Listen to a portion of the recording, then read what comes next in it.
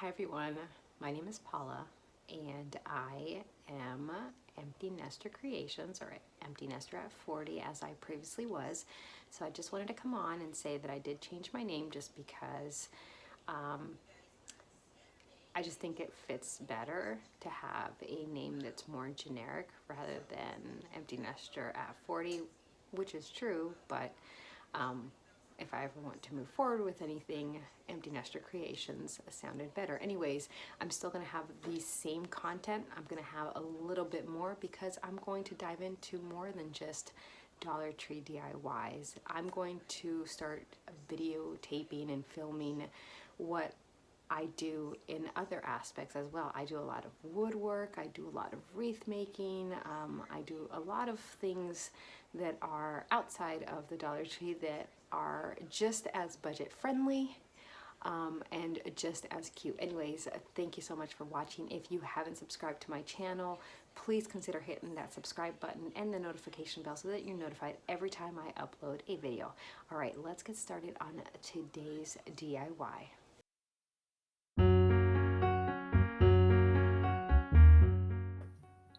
Hi everyone, so for today's project I'm going to be using this 11 by 14 canvas that I found at the Dollar Tree. It does not have a wood frame around it, it's just the canvas, but what a great size and a great price, right? And I'm going to be using these larger stir sticks or paint stir sticks that I picked up at Home Depot. I believe you can get them at Walmart and at Lowe's as well. You get 3 for 98 cents. For this project I'll be using 4 stir sticks, so that's why I picked up 2 packs, and you do have some excess wood left that can be used for other projects. Okay, so the first thing that I'm going to do is I'm going to unpack the canvas and I'm going to use my Ink Waverly chalk paint, and I'm going to paint the surface of the canvas with this paint. This is obviously optional. If you want your project to be white as a background, that is totally up to you. I am going to do a black background because I know that I'm going to put white lettering on this canvas.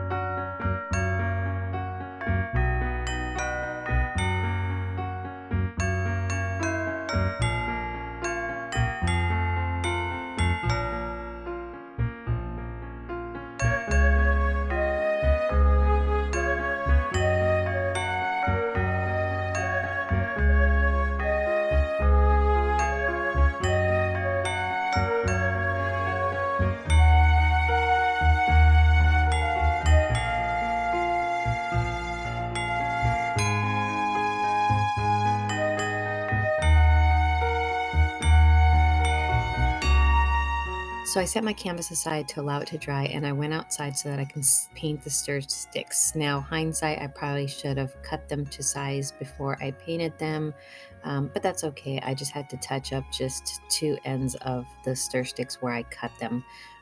That's our dog, Allie. She's a German Shepherd, as you can see, and she's always following me when I'm doing my crafts. She's following me really anytime, but she does definitely follow me when I'm doing my crafts. But anyways, I am choosing to use a stain that I've used plenty of times. I think I've used this stain for so many projects around our house and just any other projects that I've done. So, when you see these, and especially if you see them on sale, pick them up because they definitely go a long way. You don't have to stain these. You can paint them. You can leave them the natural wood color. Do what works for you.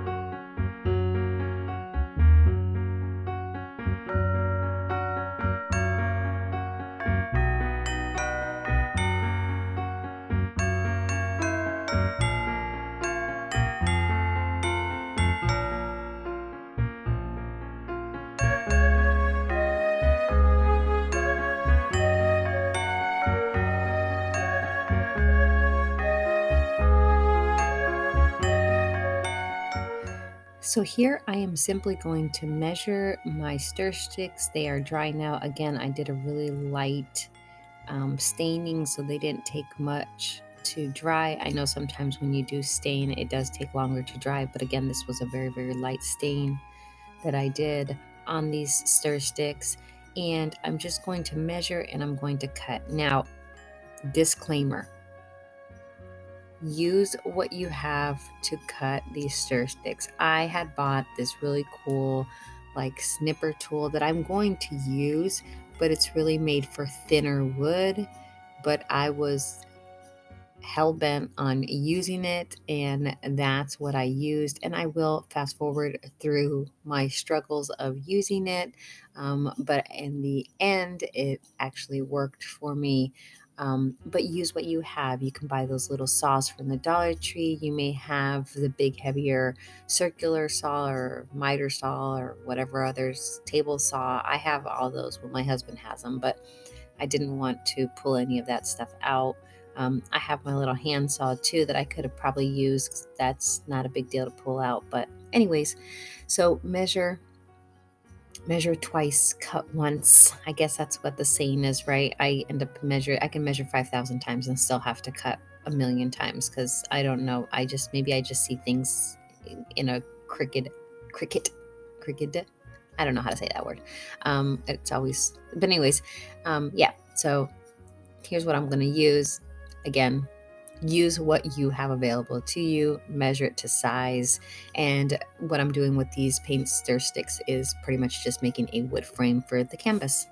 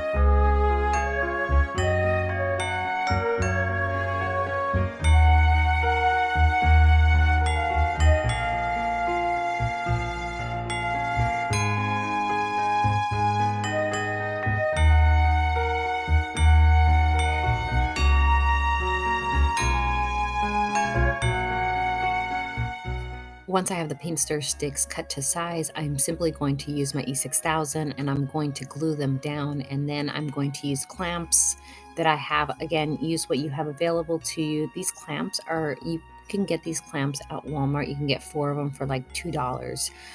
You can also get them at Big Lots. Sometimes Dollar Tree has them. If you have a Harbor Freight near you, Home Depot, Harbor Freight, they have them cheap as well. So anyways, I'm choosing to use E6000 because I want a really good hold. And while this is wood, I don't know if I could have used wood glue because it's wood on canvas. And I didn't use hot glue because I didn't want the bulkiness that hot glue sometimes causes. Plus, I do want a permanent hold. I don't want the frame to fall apart.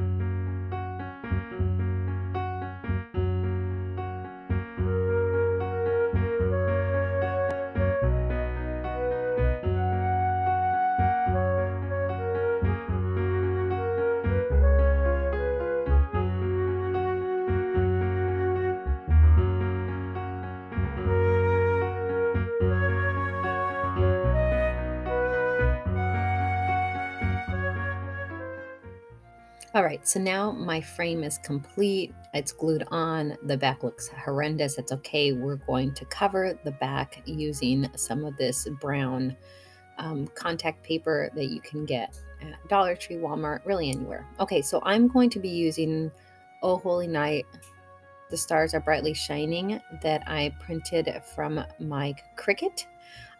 If I can figure out how to save this SVG file, I will, and have it available to everyone, and I'll have the link in my description. I just don't know how to do that, so I have to figure it out first. But if not, you can definitely do stencils. You can do whatever it is that you have available to you in order to place something on the sign.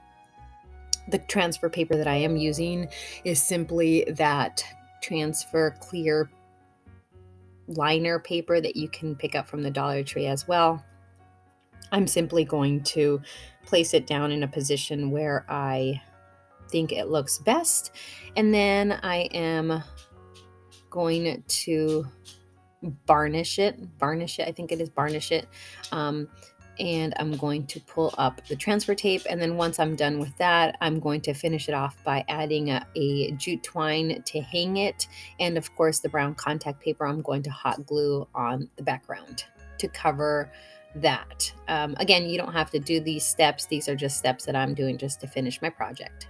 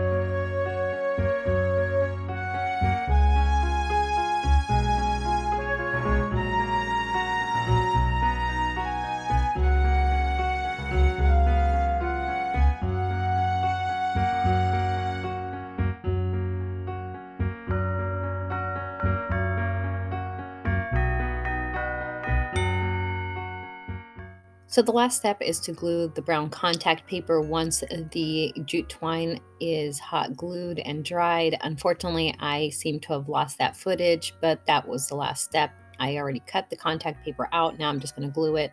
And here is my finished sign. I absolutely love how it turned out. I hope you enjoyed this video. If you did, hit that like button. And if you haven't subscribed, I hope you do consider subscribing. Thank you so much, all.